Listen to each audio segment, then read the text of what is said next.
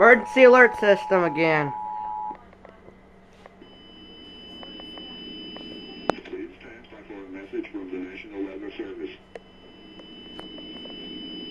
The National Weather Service in Wilmington has issued a severe thunderstorm warning for central Georgetown County in northeastern South Carolina until 4:15 p.m.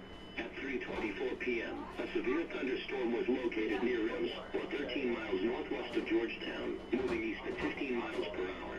Hazard, 60 miles per hour wind gusts and quarter-size hail. Source, radar indicated. Impact, hail damage to vehicles is expected. Expect wind damage to roofs, siding, entries.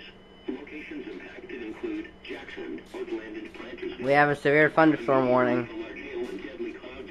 A little late for that. Inside a well-built structure. Stay away from windows.